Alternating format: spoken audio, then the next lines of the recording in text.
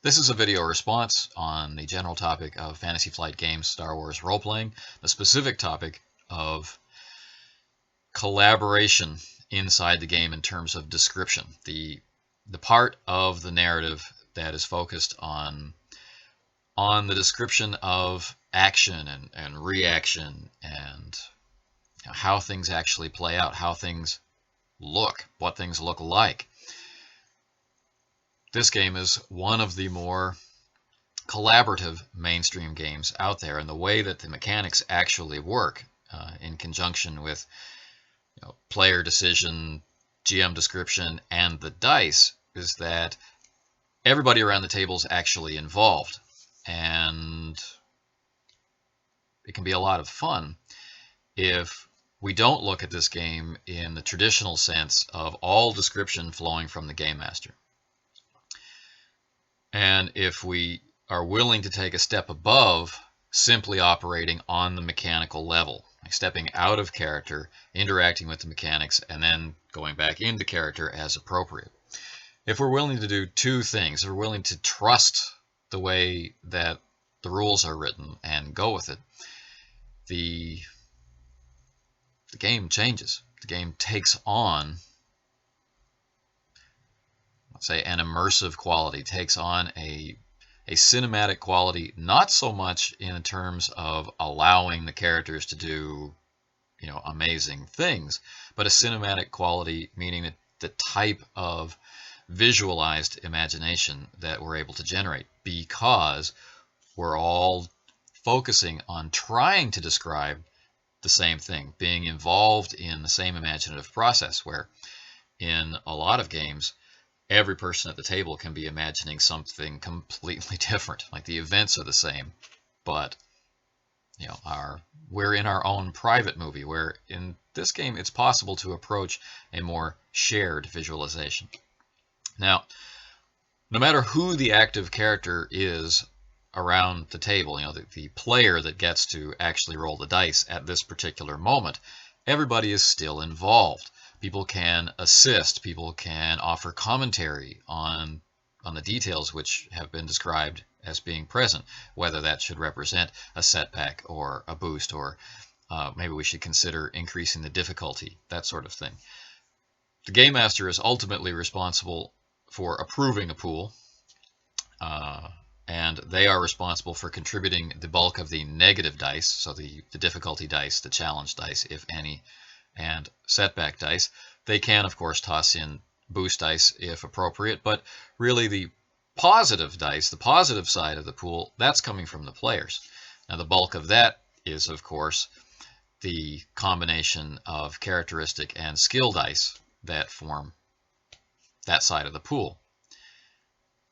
But there are talents, there's assistance, there is situational modification, modifiers coming from where they are and what's been going on. All of these things, all of these ideas are being contributed by the players, and there's at least two ways to do that.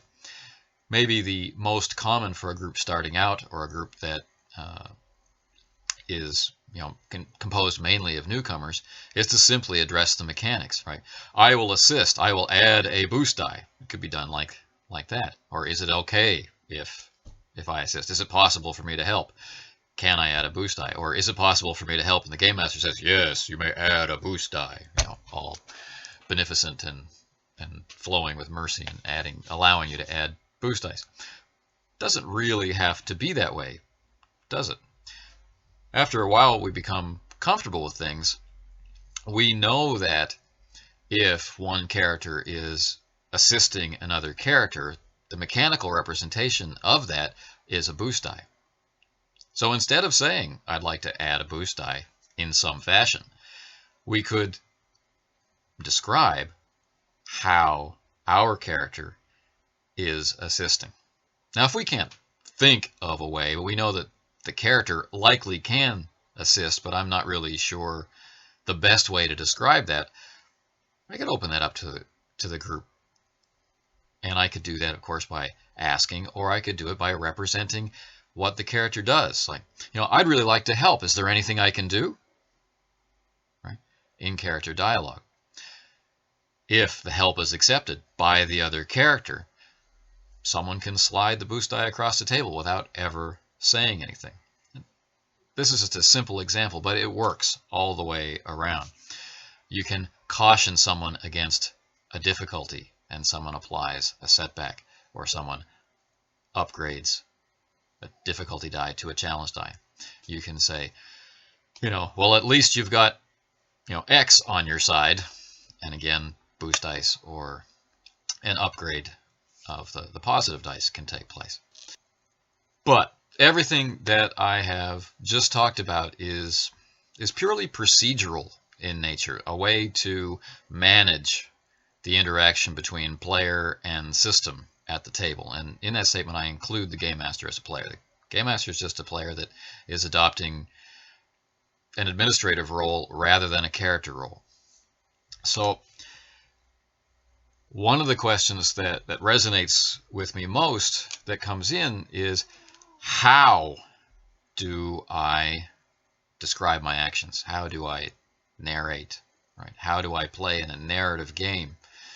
Is often really asking, what can I describe? I'm usually a player. I tell the Game Master what I want to do, and then the Game Master describes the action. The Game Master describes how I duck for cover. The Game Master describes how I outwit security, or charm the waitress into giving up the identity of who's in the private booth at the back of the bar, and things like that. It's the Game Master who has always described things for me, and now I feel uncertain. Now that I get to contribute in this game, or now that I'm expected on the fly to just be able to interestingly describe my character, I'm not sure what to do, especially because the dice are involved. And I think that's an important question. It's an important concern. How is partially answered by practice, but that's not very helpful in a video. That could be a 10-second video. Practice. But let's start with the dice, because in the game, things actually do start with the dice. We need to address the roll, and you'll notice in play that the goal of the roll gets stated explicitly, or it should be for clarity, right? What does success actually mean in its simplest terms? If we get a success, what happens that's different from the now? Now, that pass or fail resolution is going to be colored by the other dice. There may be advantages present, or there may be threats present. There won't be both, but there may be triumphs and despair present. So we could succeed or we could fail. We could do either of those with advantage or threat. We could do either of those with advantage or threat, plus triumph, and possibly plus despair. This understandably can freak people out at the beginning. But as long as you remember the sequence of resolution, it's really not that daunting. Take things in steps. First, did the action or the stated goal of that roll, was it successful? So if no, then you are narrating toward a failure, or you're describing how what was trying to be attempted was not successful. And then we get to the point of, well, were we advantageously unsuccessful, or were we threateningly unsuccessful? And those advantages and threats need to be spent. They need to be spent on effects, applying strain, or the loss or the breakage of a piece of equipment, or a bonus or penalty on the next roll. We can take the application of those expenditures and turn them into parts of our description. How do these things manifest? We don't need to totally step back and resolve them on a purely mechanical level. They can be a part of what we are saying, and it's from this that description arises. And then we come to triumph and despair, and it's handled exactly the same way as we just handled spending, advantages, and threat. We spend the triumph for an effect, and it becomes a part of what we say as our description of that turn or that moment in time that required a roll. Charts in the conflict and combat chapter about spending advantages and threats and triumph and despair in combat.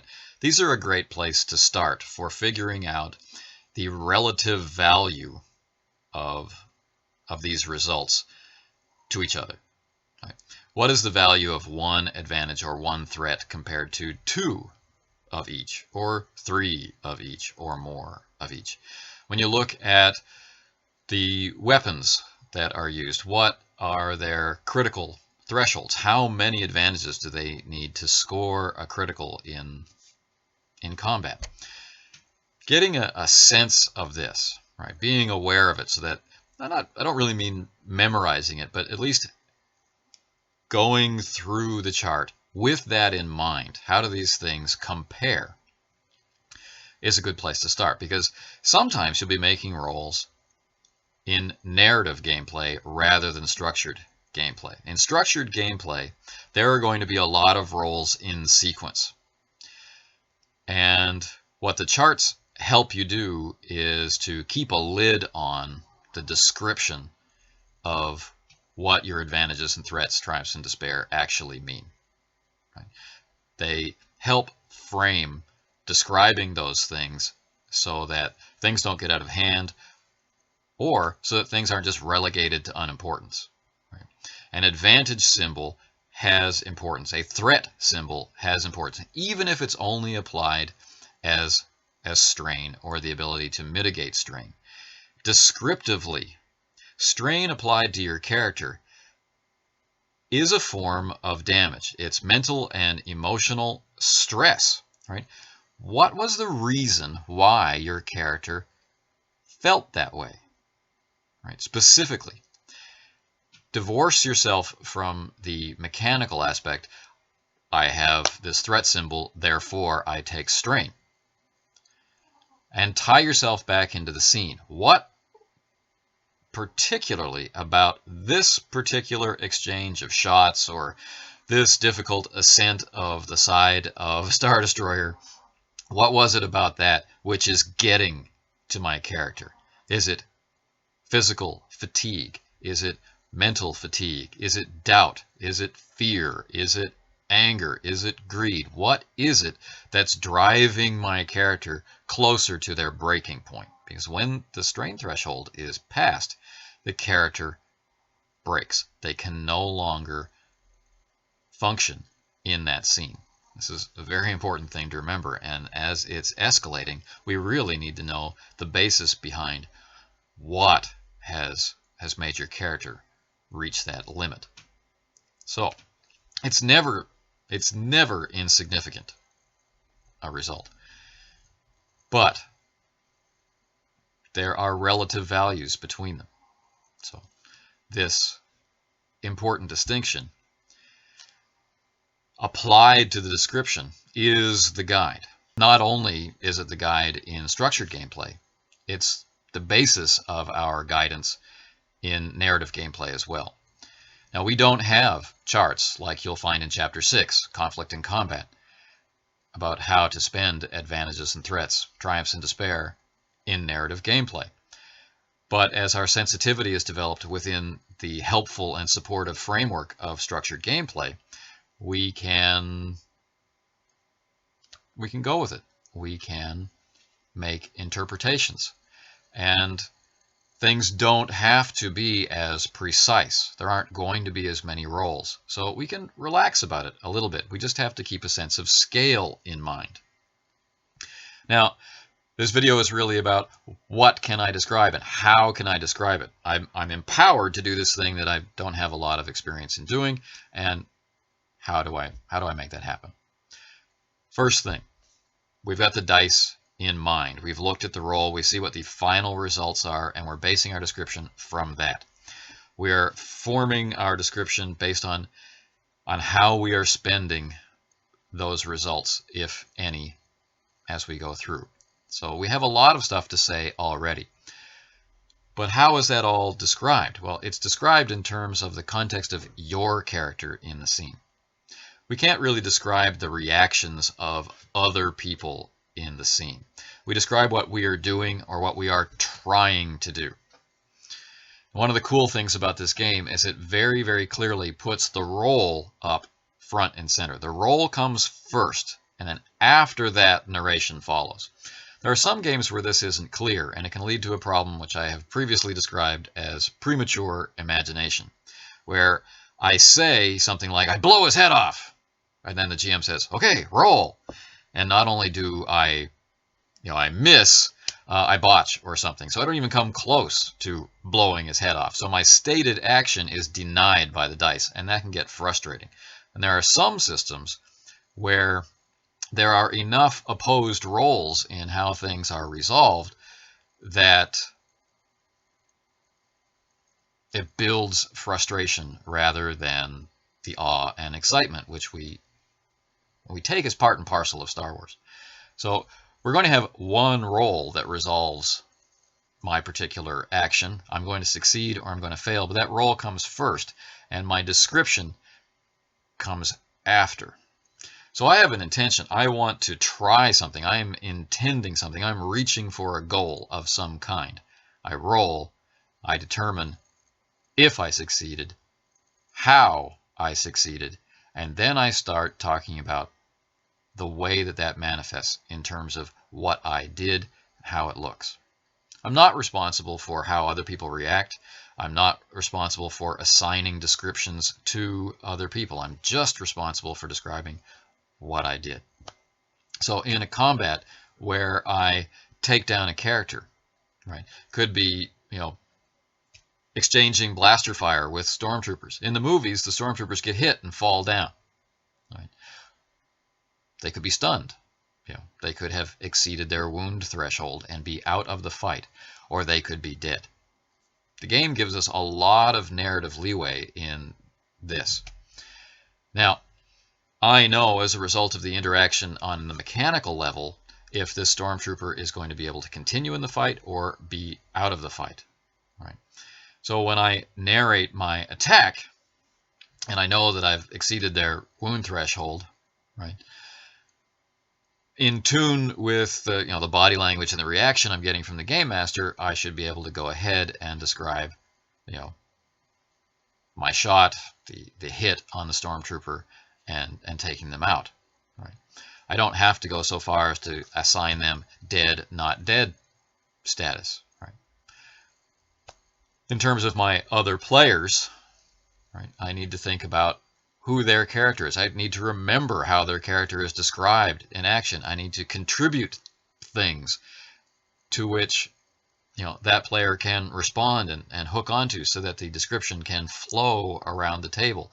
Things that I bring into the description, they can then use.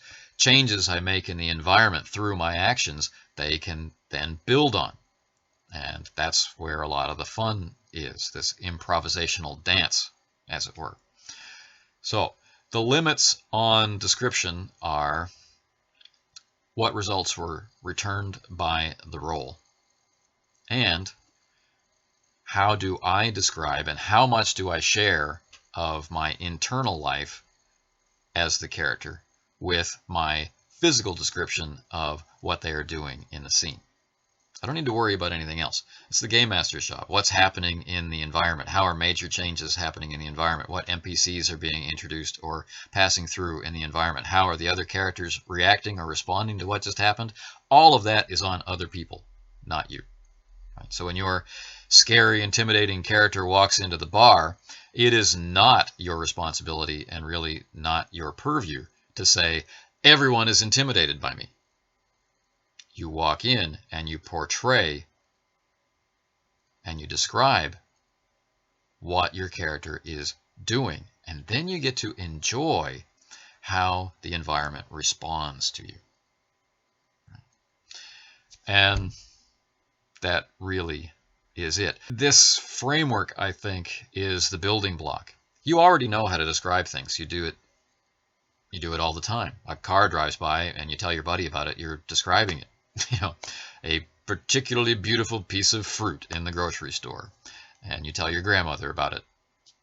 This is all description. That part is simple. We're born storytellers, even the ones of us who don't like speaking to other people. There's a narrative going on in our heads all the time. You already know how to describe things. Having these limits, the limits provided by the dice and the limits provided by I'm responsible for my character in this scene, that gives you the framework in which your creativity can blossom. So go out, play, have fun, let me know how it went.